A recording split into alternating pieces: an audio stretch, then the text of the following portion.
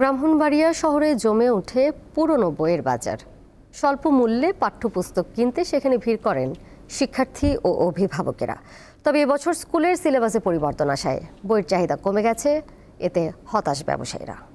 দেশ জুড়ে তোলপাড় ওয়ালজ এন্ড ফ্রিজ কিনে আপনিও হয়ে যেতে পারেন মিলেনিয়ার।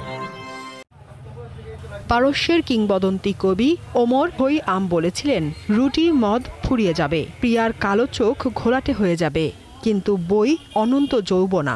একথার প্রমাণ মিলে ব্রাহ্মণবাড়িয়ার জেলা শহরের ঘোড়াহাটি সংলগ্ন কাজী মাহমুদ শাহ রোডের পুরনো বইয়ের বাজারে।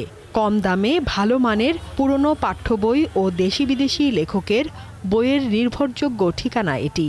তাই স্কুল, কলেজ ও মাদ্রাসার বিভিন্ন ক্লাসের শিক্ষার্থী, অভিভাবক ও পাঠকরা ভিড় করেন বিভিন্ন দোকানে।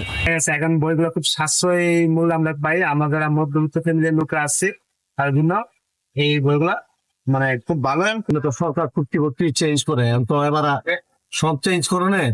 আমরা যেগুলো আগে রাখছিলাম এগুলো বিক্রি করতেছি, বুঝছেন। এবছর স্কুলের সিলেবাস পরিবর্তন করায় পাঠ্যপুস্তকের চাহিদা কমে গেছে। আছে এইচএসসি ও অনার্স মাস্টার্সের বইয়ের চাহিদা। আর বইগুলো চেঞ্জ করার কারণে আমাদের বেচা কেনা কিছু কম হচ্ছে। স্কুলের ব্যবসাটা মন্দা, কলেজে কিছু বই চলতেছে। সাশ্রয়ী মূল্যের এসব পুরনো বই শিক্ষার্থীদের জন্য বেশ সহায়ক বলে জানান শিক্ষাবিদরা।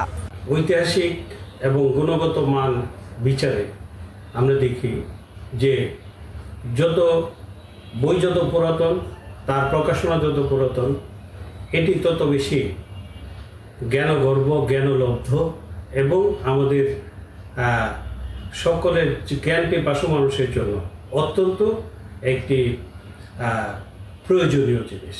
তার মতে, তরুণ প্রজন্ম বইয়ের প্রতি আগ্রহী হলে গড়ে উঠবে সমৃদ্ধ জাতি। দীপ্ত, বার্তা কক্ষ। দেশ জুড়ে তোলপাড় ওয়ালজ এন্ড ফ্রিজ কিনে আপনিও হয়ে যেতে পারেন মিলেনিয়ার।